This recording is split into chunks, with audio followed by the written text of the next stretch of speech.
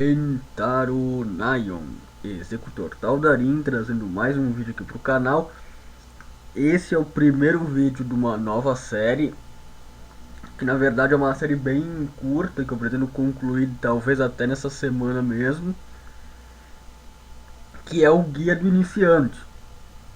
Bom, o nome ele é bem intuitivo, né, bem sugestivo. Essa série é basicamente o que? Literalmente um guia para quem for jogar StarCraft, tá começando, né? Focado no multiplayer, no modo multiplayer. Não é um guia ali da campanha, um guia do arcade, guia do modo cooperativo, é um guia para o multiplayer, né?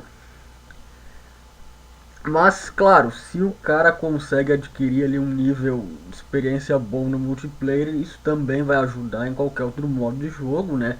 É uma coisa complementar. O contrário não é necessariamente regra,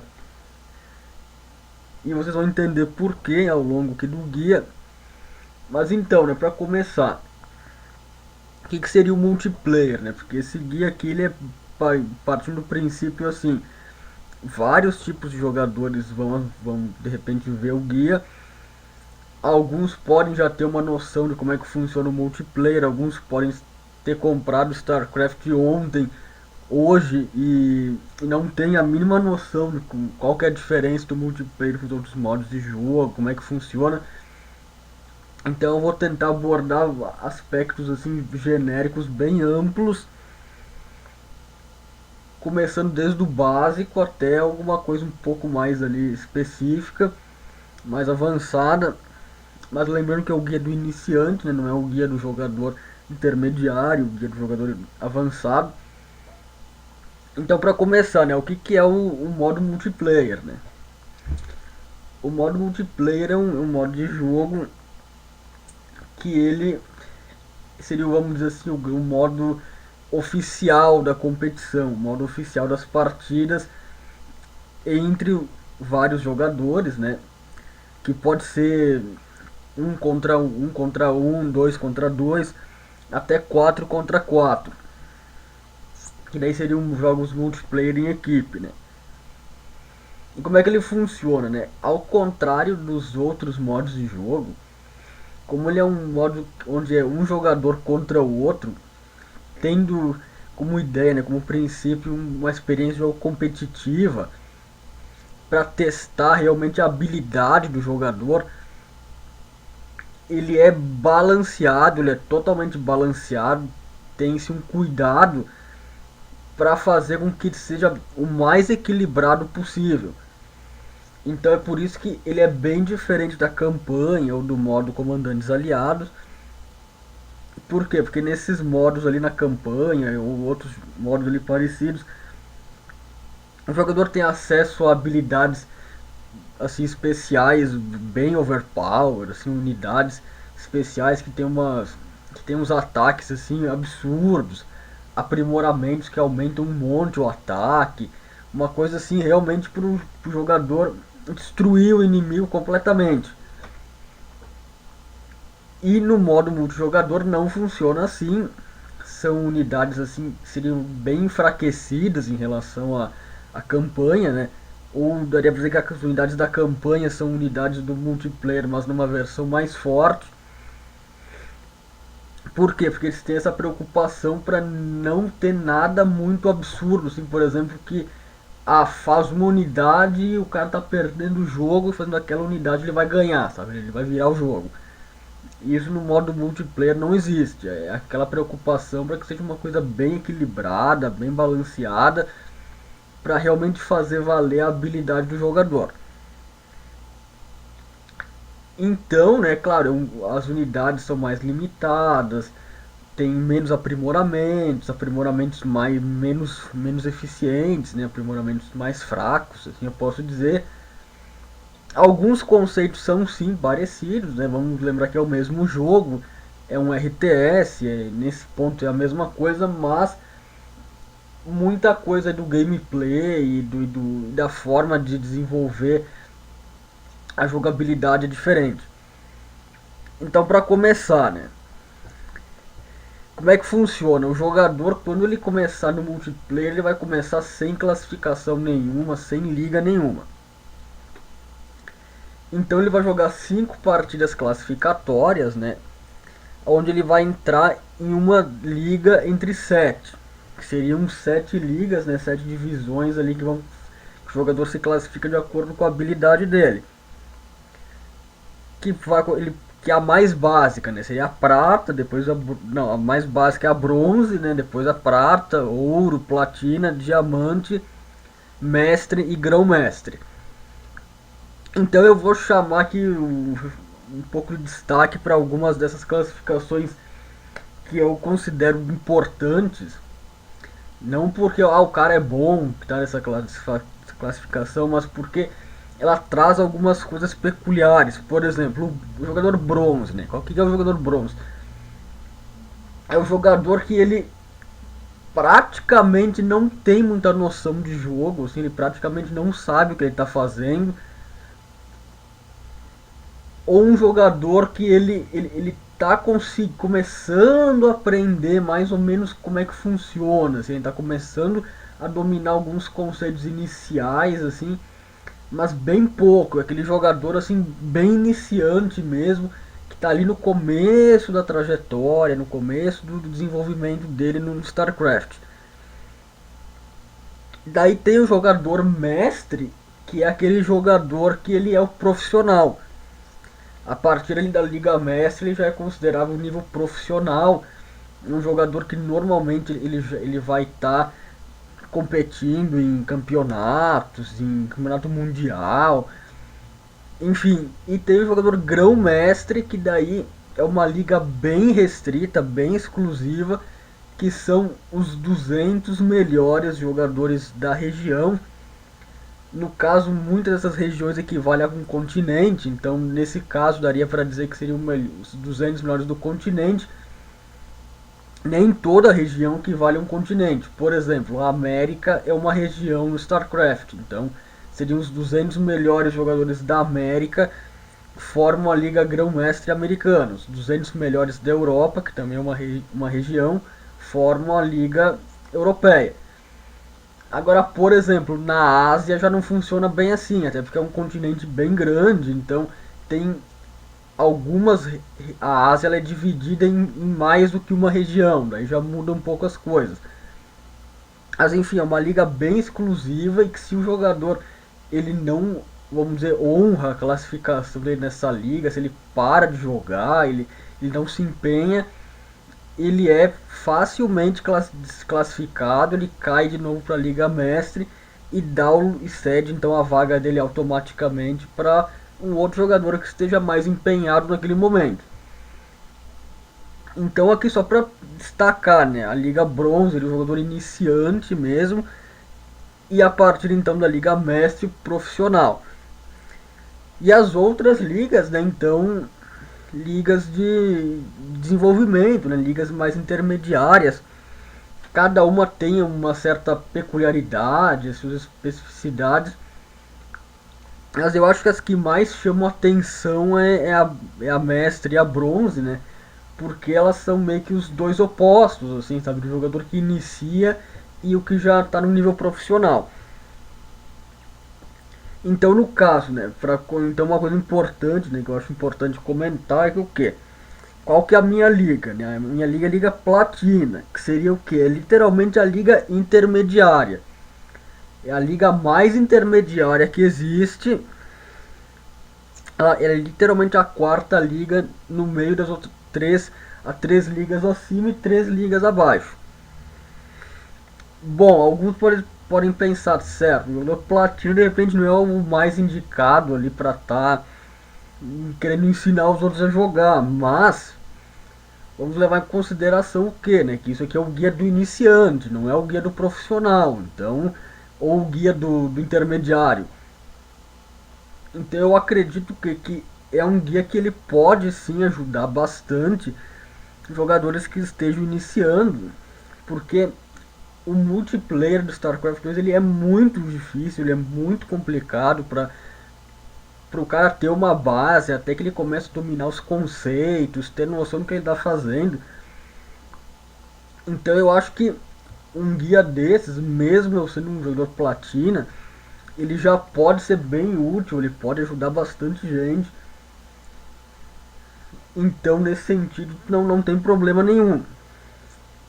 E até porque, né, no caso, o jogador às vezes ele pode ter um certo, ter noção do jogo, ter noção do que ele deveria fazer, só que ele não consegue aplicar isso na jogabilidade, no gameplay de uma forma muito eficiente. Que inclusive é o meu caso, a minha jogabilidade é péssima, é terrível, se comparar com outros jogadores platinas ou outros jogadores ali que tem o meu nível de conhecimento de jogo, mas em função do meu conhecimento técnico do jogo, foi isso que me fez chegar até a Liga Platina. Então, nesse sentido, que na minha opinião é o que importa pro guia, né, pro um guia de gameplay, então eu acho que nesse sentido está tudo bem. Agora, claro, né, na questão da jogabilidade também é importante, né, mas isso é uma questão daí mais pessoal, né, que não vai interferir muito no guia.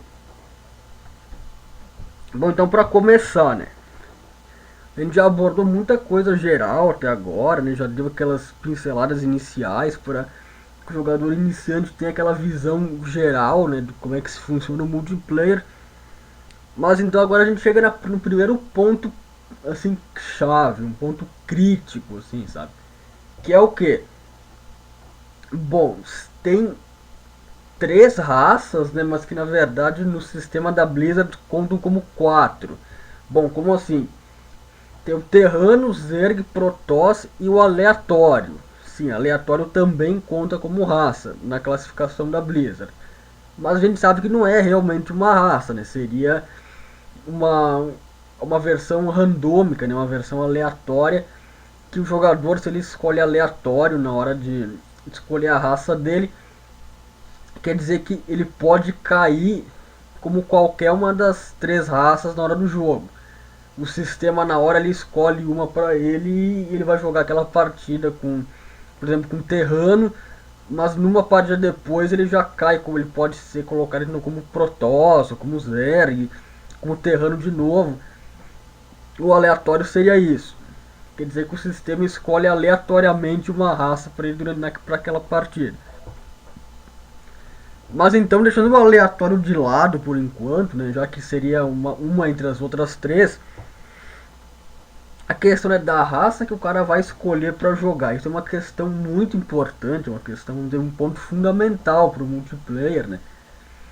Porque todas as táticas, todas as, enfim, as estratégias, né, a forma de jogar, de se envolver com o gameplay, vai depender disso, né, de qual raça o cara escolhe, porque cada uma tem, apesar de elas teoricamente terem terem um equilíbrio, né, e terem um rendimento equivalente, elas têm mecânicas e uma jogabilidade bem diferente de uma para outra.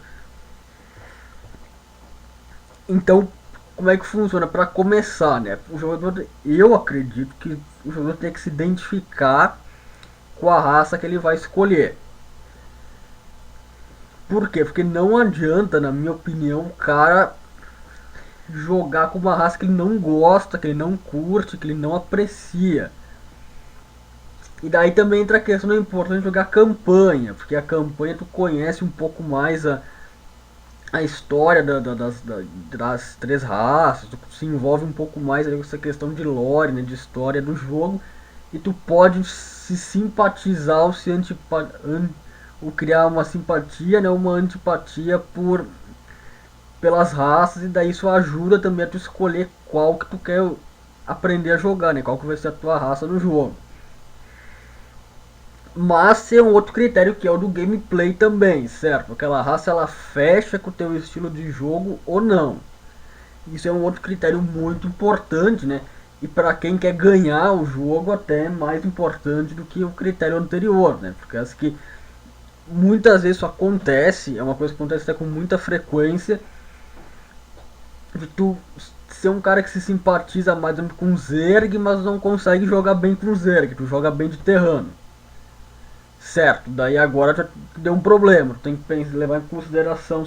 Tá, eu tenho duas escolhas. Ou eu tento aprender a jogar com Zerg, treino, enfim, dou um jeito de melhorar o meu jogo com Zerg.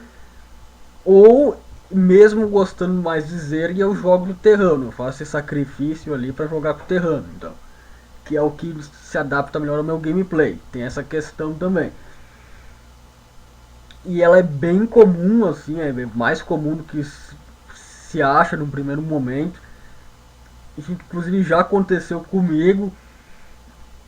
O pessoal geralmente acha que eu sou Protoss, né? Mas na verdade, por causa do nome ali do canal, por causa do meu nome no jogo, né? Mas na verdade eu sou Zerg. Só que durante muito tempo eu joguei de Protoss, por causa que eu não conseguia ganhar de Zerg, eu jogava muito mal de Zerg. Então eu comecei a jogar de Protoss, mesmo sendo Zerg. Mas daí depois eu fui treinando, enfim, eu tive uma trajetória assim bem difícil na minha evolução ali no StarCraft. No primeiro ano ali que eu tava jogando, a minha média de derrota era cerca de 100 derrotas a cada uma vitória, sabe? Era realmente uma coisa, era quase vergonhoso, assim, sabe? A forma como eu jogava. Mas depois ali eu fui treinando e até que eu comecei a jogar bem de Protoss. Depois eu comecei a tentar, eu gostava mais de Zerg, tentar aprender a jogar de Zerg. Enfim, eu consegui evoluir, agora eu consigo jogar melhor de Zerg do que de Protoss. Mas então, né, compartilhando um pouco dessa minha experiência pessoal no jogo, até para ajudar, né, o pessoal ali que está em dúvida, que está passando pela mesma situação, ela é bem comum de acontecer no StarCraft. Mas sério, então a gente pode tentar estabelecer alguns critérios, né, características gerais de cada uma das três raças para que vão ajudar, né, o jogador a se nortear. Porque às vezes não é tão óbvio, tão evidente porque é que o jogador não está conseguindo se adaptar muito bem àquela jogabilidade, ou àquela raça específica. Por exemplo, por que, que eu não consigo macroar bem, né, com aquela raça? Por que, que o meu exército morre tão rápido? Por que, que eu perco tanto com aquela outra raça? Mas isso é uma questão que tem a ver muitas vezes com as características gerais da raça e que o jogador na hora ele não consegue perceber ou não consegue se adaptar. Então agora eu vou fazer um overview geral de cada uma das três para tentar levantar esses pontos, né? Então começando com o Terrano, certo? O Terrano é o seguinte, é a raça considerada a mais intuitiva de se jogar. Tanto que ela é recomendada para ser a raça inicial, que o jogador iniciante jogue, tem que jogar de Terrano. Inclusive uma recomendação que eu não sei se é oficial da Blizzard, mas eu sei que vários jogadores ali profissionais, inclusive treinadores profissionais, sempre geralmente levantam esse ponto, que o Terrano é a raça mais intuitiva, é a mais fácil de entender o que tu está fazendo com ela. Só que tem um porém, ela é a mais fácil de compreender o conceito por trás dela, mas é a mais difícil de dominar, de se especializar. Então isso é um ponto interessante, porque às vezes tu vai estar entendendo o que tu está fazendo, mas tu não vai conseguir ganhar no jogo, porque tu não vai conseguir botar isso em prática de uma forma tão eficiente. Como assim? Bom, por que o Terrano é intuitivo? Porque ele literalmente, ele meio que reproduz o sistema militar que a gente está acostumado, o sistema militar humano, enfim, terrano, padrão que a gente está acostumado. Por exemplo, quartel, unidades de infantaria, soldado ali, infantaria pesada, né, o demolidor, infantaria rápida, né, estratégica ali, o exterminador, o fantasma, unidades de infantaria. Fábrica. Bom, a fábrica sai o que? Veículos, né, maquinário, tanque de cerco, mina viúva, todas essas unidades mecânicas, ali, Thor, tudo isso sai da fábrica. E o estaleiro sideral, né, que seria tipo uma espécie de aeroporto terrano, se assim eu posso dizer, que sai o quê? Unidades aéreas, coisas que voam, ali Ambunave, ali a Banshee, né, a Voodoo, Viking no modo de combate, tudo isso é do estaleiro sideral. Então é muito intuitivo isso, porque ninguém vai olhar para um quartel e pensar, ah, do quartel vai sair um veículo, sabe? Não, é muito mais lógico sair uma unidade de infantaria. Ninguém vai pensar que uma unidade de infantaria vai sair de um estaleiro sideral, sabe? Então nesse ponto ela é bem. O terrano ele é bem intuitivo, assim, é bem lógico de captar a essência do terrano.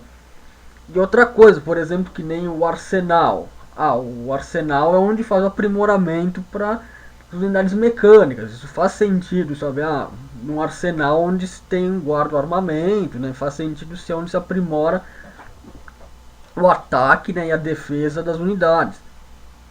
Assim como o polo de engenharia também ele é bem intuitivo. O terreno é tudo bem intuitivo. E qual que é a característica principal do terrano, né? Além de ser intuitivo? Ele é muito versátil. Por quê? Porque o terrano ele consegue encontrar soluções muito rápidas para diversas situações. Por exemplo, o terrano ele consegue criar uma defesa muito boa, muito sólida, com o tanque de cerco e as casamatas, com a torre de mísseis, enfim, ele consegue criar defesas muito rápidas, muito fáceis. Ao mesmo tempo que o tanque de cerco pode ser usado para defesa, dá para usar ele para fazer um cerco à base do inimigo, ou para dar suporte a um cerco à base do inimigo, à sua infantaria ou seus veículos. Então é muito versátil. Uma unidade que tu usa tanto para o ataque, tu pode usar para defesa. Por exemplo, a Ambunave e a unidade de infantaria.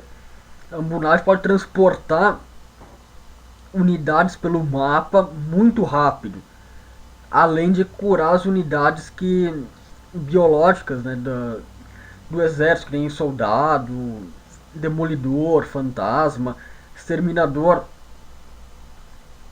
Então é muito versátil, porque as unidades podem exercer muitas funções, dependendo das combinações que tem uma com a outra. Por exemplo, a mina viúva dá para usar ela como suporte ao soldado, à infantaria, ou dá para usar para fazer uma incomodação, ali, um haraz na base do inimigo. Dá para usar como ataque, como defesa. É muito versátil o terrano.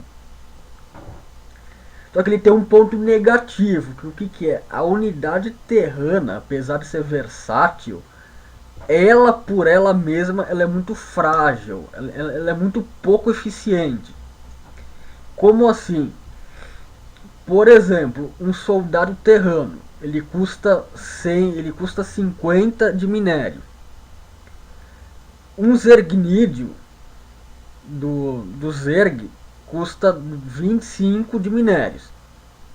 Dois ergnídeos juntos custam 50. Com 50 de minério, o Zerg faz dois ergnídeos. Dois ergnídeos matam um soldado, ou seja, 50 de minérios do terrano rende menos do que 50 de minério do Zerg. A mesma coisa, por exemplo, dois soldados contra um fanáticos do Protoss. Dois soldados juntos é 100 de minérios. Um fanáticos é 100 de minérios. Um fanático sozinho mata dois soldados facilmente. Ou seja, 100 do terrano rendeu menos que 100 do Protoss. Certo, isso é um ponto onde as unidades terranas, elas por si só, elas são muito pouco eficientes, muito frágeis. Então o que acontece? O terrano, ele para ganhar, para ter um bom desempenho, ele tem que criar mecanismos para fazer as unidades renderem mais do que elas renderiam normalmente.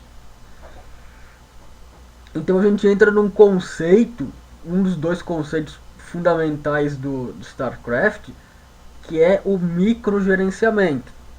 O que é esse microgerenciamento? Tu vai controlando as unidades durante o combate para fazer elas ter um rendimento, um desempenho maior do que elas teriam normalmente. Por quê? Porque o padrão de ataque normal é dar o attack move, né? O movimento de ataque, o movimento varredura, né? Que seria o que? Você pega, seleciona um exército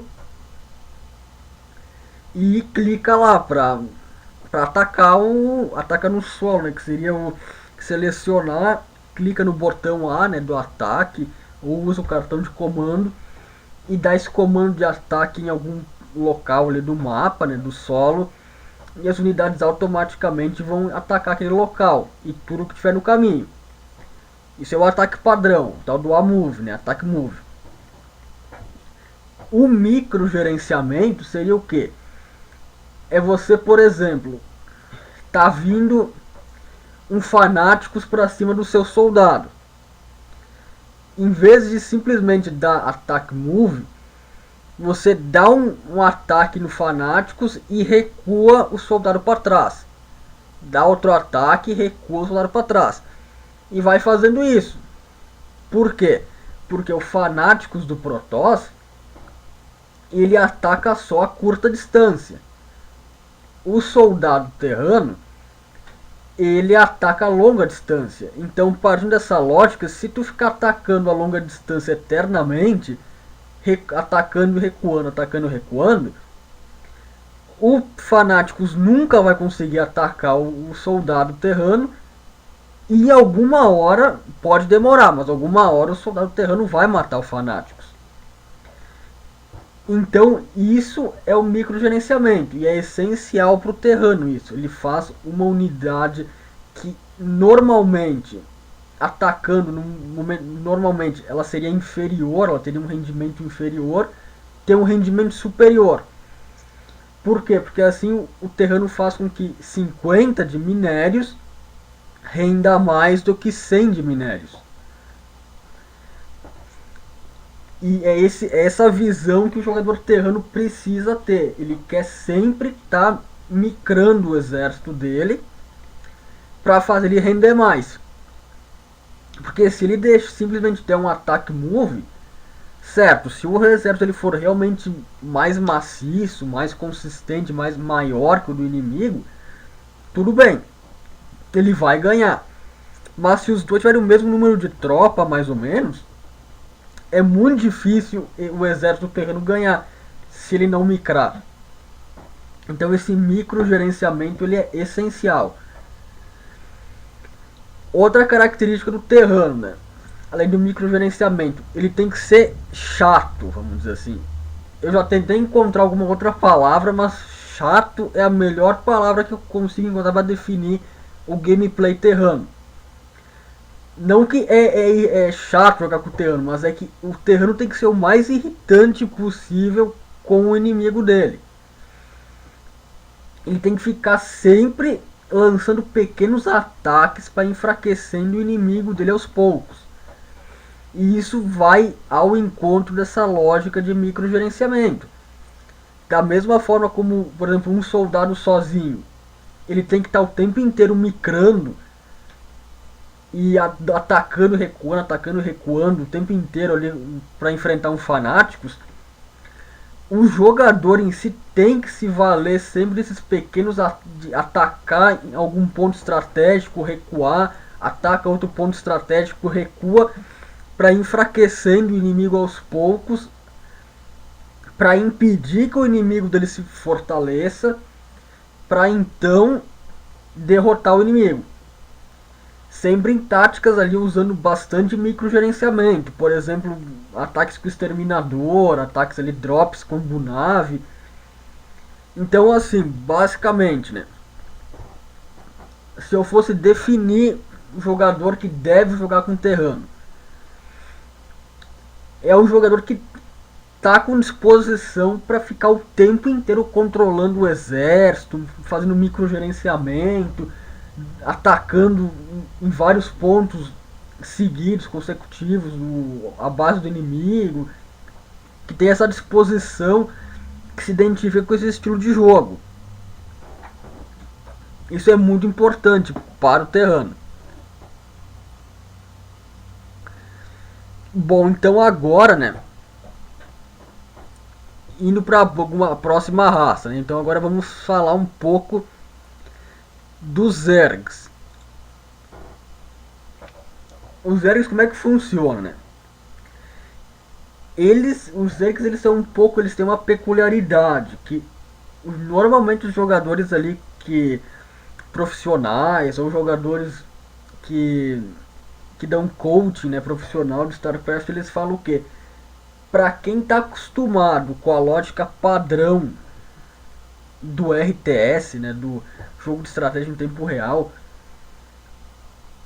o, o Zerg ele é uma raça que pode causar muito estranhamento. Por quê? Porque ele tem uma lógica evolutiva, uma lógica de gameplay na economia dele, no macro gerenciamento, que ela vai contra a lógica padrão do macro no RTS. Bom, o que seria o macro gerenciamento, né? O macro gerenciamento é você administrar os seus recursos para aumentar cada vez mais a sua obtenção de recursos e ir conseguindo expandir o seu exército, repor as tropas que forem sendo perdidas, expandir a base, fazer mais tecnologia, tudo isso é o macro gerenciamento, essa questão logística toda. Então o que acontece? O Zerg ele tem uma seguinte questão. Cada vez que ele vai fazer uma estrutura, vai transmutar uma estrutura, ele perde um trabalhador, ele perde um zangão. Ou seja, é uma raça que para ele expandir o macro gerenciamento dele, ele perde um trabalhador, ele perde um coletor. Isso é uma coisa que pode causar muito estranhamento e que se a pessoa não tá atenta para isso, quando tu vê, tu tá com pouquíssimos trabalhadores. Então o cara tem que estar sempre atento para estar repondo esses trabalhadores. Ah, fez uma estrutura, bom, tu vai perder um trabalhador, um zangão. Já transmuta 2, 3 zangões no lugar. E vai fazendo isso o tempo inteiro. O tempo inteiro para sempre ter um rendimento cada vez maior. Então isso inicialmente pode dar um certo estranhamento. Mas fora isso, ele é um pouco difícil também de se jogar de Zerg, por quê? Porque ele tem unidades muito frágeis. Elas são muito frágeis. Por exemplo, o Zergnídeo, os Zergnídeos eles podem ser mortos facilmente aos montes, que é a unidade básica do Zerg. O Zerg dificilmente com a mesma quantidade de recursos vai conseguir ter unidades mais fortes do que as outras raças. Bom, como assim? O que eu estou querendo dizer com isso, né? Eu não diria que o Terrano era mais fraco, como é que agora o Zerg é mais frágil, é mais fraco? Então, o Zerg, a questão ali do Terrano é que o Terrano ele tem a opção, ele tem como fazer as unidades ele renderem muito mais através do micro. O Zerg normalmente não tem muito o que micrar. Ele pode até posicionar melhor as unidades no combate, no campo de batalha, mas não tem muito como micrar, a não ser algumas poucas unidades. Tipo o Zergnídeo, não dá pra micrar o Zergnídeo, porque ele é uma unidade corpo a corpo. Então qual que é a lógica do Zerg? É ter muitas bases, coletando muito recurso, tendo um macro gerenciamento muito forte, para quê? Para que assim que você perder todo o seu exército, em questão de segundos você possa repor todo o exército que você perdeu e atacar o inimigo de novo. E se perder, repõe tudo de novo e ataca de novo. Ou seja, é uma lógica criar um macro mais forte, mais eficiente para o inimigo, para ter como fazer com que cada onda de ataque sua, mesmo você perdendo todo o exército, o inimigo saia mais debilitado ainda. Por quê? Porque no StarCraft o que sai mais debilitado não é aquele que mata mais unidades do inimigo, mas aquele que fica com menos condições de repor o exército perdido. E ali que entra a importância do macro gerenciamento, essa questão logística e econômica. Por quê? Porque o cara pode ter todo o suprimento preenchido, 200 que é o limite. Ele está com seu exército no máximo, o limite máximo de suprimento. O outro pode estar só com a metade. Mas se tiver com a metade, ele conseguir causar um dano muito destruidor nesse exército que está completo, e ele tiver uma capacidade de reposição das tropas dele maior do que o outro, ele está na vantagem. Por quê? Porque o outro, vamos supor que ele perdeu 33% do exército dele. Mas ele não tem como repor rápido esses 33%. Mas o jogador Zerg, no caso, ele tem como, porque ele está com uma economia sólida, ele está com um macro gerenciamento muito bom. Ele repõe rápido o exército, todo o exército que ele perdeu, e destrói mais 33% do inimigo, do exército inimigo. Mesmo que ele perca todo o exército dele para destruir 33% do inimigo, antes do inimigo repor alguma coisa no dele, ele já está com o exército pronto de novo, vai lá e destrói o que falta destruir. Então o Zerg tem essa lógica de unidades muito frágeis, pouco eficientes, eles têm um rendimento muito baixo, mas que em grupos grandes, em bando, vamos dizer assim, sabe? Cerca o inimigo, vai destruindo tudo que dá para destruir, e se perder todas as unidades não faz mal, repõe tudo rápido e vai lá e ataca até ir destruindo o inimigo de pouquinho em pouquinho. Essa é a lógica por trás do Zerg. Mas ele é difícil por quê? Porque é uma lógica muito agressiva, uma lógica de jogo onde tu tem que estar com uma economia sempre boa, uma economia melhor do que a do inimigo, e tá atacando. Tu tem que ter a iniciativa do ataque. O Zerg, ele não é muito bom que ele fique numa posição defensiva. Porque se o Zerg ficar numa posição defensiva, corre o risco de ele não ter tempo de repor o exército dele caso ele perca as tropas dele. Então nesse ponto o Zerg ele é muito vulnerável a um ataque muito pesado. É preferível que o Zerg esteja atacando sempre o inimigo, para dar tempo sempre de repor o exército caso ele perca, para estar sempre mandando cada vez mais tropa para matar o inimigo.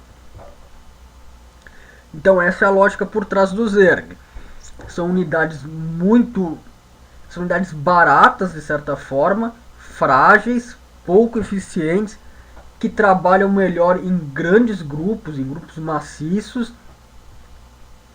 que sempre o jogador Zerg tem que ter mais exército do que os outros, ele tem que estar sempre com mais unidade que o inimigo. E se ele não tiver como ter mais unidade que o inimigo, então ele tem que estar com uma economia melhor que a do inimigo para poder repor tudo que ele perder rapidamente. Essa é a lógica, esse é o conceito por trás dos Zergs. E agora então finalmente, né, indo pro final aqui desse overview, que é bem comprido, nós já estamos chegando ali a quase 40 minutos. Então vamos pro Protoss, né, para finalizar. Que seria o que? Os Protoss eles são basicamente o oposto dos Zergs. É a melhor forma de definir o Protoss. Porque os Zergs têm unidade barata, frágil, pouco eficiente. Não adianta ter unidades muito variadas. O ideal é, por exemplo, faz muito Zergnídeo e muita Hidralisca. Deu, acabou, é isso aí. O Zerg não precisa inventar muita composição. Ele pega e, por exemplo, faz barata, Hidralisca, Zergnídeo e Barata, Zergnídeo Tatu Bomba, Mutalisca e Barata, alguma coisa nesse sentido. Muita unidade e de pouca variabilidade. O Protoss é o contrário, ele tem unidades muito caras, muito resistentes, que sozinhas elas são muito eficientes e que combinadas formam um grupo com diversidade de unidade, formam um grupo mais eficiente ainda. Essa é a lógica por trás do Protoss basicamente. E são unidades geralmente de pouca mobilidade. Também ao contrário do Zerg. Para o Zerg sair de um canto do mapa até o outro é muito rápido, é muito fácil. É mais fácil e mais rápido que o Terrano, inclusive. O Zerg tem muito recurso para fazer isso. O Protoss não. Para o Protoss ir de um canto do mapa até o outro demora muito, é muito difícil. Então a lógica por trás do Protoss é o que? São unidades caras, resistentes, eficientes, de pouca mobilidade. Então, qual que é o princípio ali? É estar sempre fazendo aquela economia, ter uma economia para manter esse exército caro. Só que esse exército caro vai render muito, então tu não precisa estar se preocupando tanto assim em expandir. Por exemplo, se o Protoss tiver o mesmo número de base que o inimigo dele, é ótimo, é perfeito. O Zerg, se ele tiver o mesmo número de base do inimigo, ele já está na desvantagem. Por quê? Porque ele precisa de uma economia melhor que o inimigo. O Protoss não, porque o Protoss, para ele é vantagem estar com o mesmo número de base, porque as unidades eles são muito resistentes, eles são muito fortes, muito eficientes. Então o Protoss ele preza pela qualidade, sacrificando a quantidade e a mobilidade, enquanto que o Zerg faz o contrário, ele preza pela quantidade e mobilidade e sacrifica a qualidade e a eficiência. Então basicamente é o que? Pequenos grupos de unidades Protoss conseguem destruir muitas unidades inimigas. Por exemplo, um pequeno grupo de fanáticos, se tiver bem posicionado, consegue destruir 3 vezes, 4 vezes mais Zergnídeos, por exemplo. Por exemplo, com a mesa pegando a quantidade, por exemplo, de recursos, né? Vamos supor, o 4 Zergnídeos equivaleriam a 100 de minérios. Numa situação normal, 4 Zergnídeos venceriam um fanáticos. Mas se esse um fanático estiver muito bem posicionado, ele consegue vencer 4 Zergnídeos. Ou seja, a ideia é o que? Uma unidade rendendo muito e destruindo os inimigos. E daí, se o Zerg, por exemplo, faz composições, fanáticos com Adepta, fanáticos com Templário Supremo, fanáticos com Tormento, faz muitas composições ali com 3, 4 tipos de unidade diferentes, vale bastante a pena. E daí tem que micrar também. Se o Protoss micrar, não é muitas unidades que dá pra micrar, mas o que ele conseguir micrar faz ficar devastador, fica um exército muito eficiente. Então esse é o princípio do Protoss. Outra questão também, outra característica forte do Protoss, né, é que ele transdobra as unidades. Ele não precisa, se ele tiver energia do pilar energético ou do prisma de dobra em algum ponto, ele pode transdobrar a unidade naquele local. Ela não sai, a unidade básica, a unidade do portal, ela não sai no ponto da estrutura que gerou a unidade. Ela pode ser transdobrada em qualquer local que tiver energia. E isso dá para criar também muitas táticas interessantes, muitas táticas boas, eficientes. A Força Aérea Protoss, vamos dizer assim, né, as unidades aéreas do Protoss também são, na minha opinião, são as unidades aéreas mais fortes, mais destrutíveis que tem, mais resistentes. Tudo indo sempre ao encontro desse princípio, do Protoss sendo aquela raça que preza pela eficiência, pela durabilidade, mas é muito caro. Essa seria a desvantagem do Protoss. Acabam ficando ali unidades muito caras e de pouca mobilidade. Então, por exemplo, se o Protoss estiver muito longe da base e vem um ataque de surpresa na base, às vezes fica difícil reagir. Por outro lado, se o inimigo tiver ele tentando enfrentando, confrontando o Protoss, o exército Protoss ele tem muito mais chance de derrubar ali, acabar com o inimigo se os dois tiverem o mesmo suprimento, porque as unidades Protoss elas são muito resistentes, muito eficientes. Então essa seria a lógica Protoss. Então agora, né, ali essa primeira introdução, né, esse vídeo introdutório ali do guia do iniciante, né, que serve mais para ter uma ideia, para o jogador ter uma ideia geral, né, de para ele ver, analisar, né, os pontos ali, ver qual a raça que ele se interessa mais. E então, né, a partir disso ele começar a pensar, né, se vai ser Protoss, vai ser Zerg, vai ser Terrano, o que vai ser.